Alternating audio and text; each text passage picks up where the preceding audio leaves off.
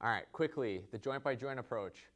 Pioneered by Dr. Gray Cook. He's a phenomenal physical therapist, and he changed the way that we look at human movement, how the human body should move, can move.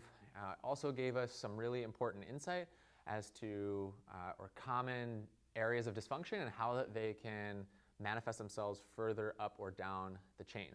So the joint-by-joint approach simply states that the human body is a series of joints that alternate in function, whether it's mobility or stability.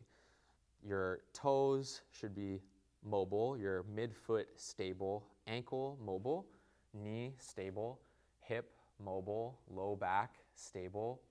Your middle or upper back, your thoracic spine should be mobile. Your shoulder blades should be stable. Shoulder joint itself should be mobile.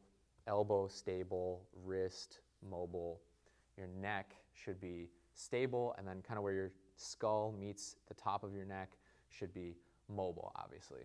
So this is super important, obviously, for physical therapists, but also for strength coaches. We're constantly asking people to get into squat patterns, hip hinge patterns, maybe overhead press patterns. And without the requisite mobility in those joints, then that can manifest itself as dysfunction elsewhere. So for instance, if you lack ankle or hip mobility, then your ability to get into a squat becomes obviously hindered.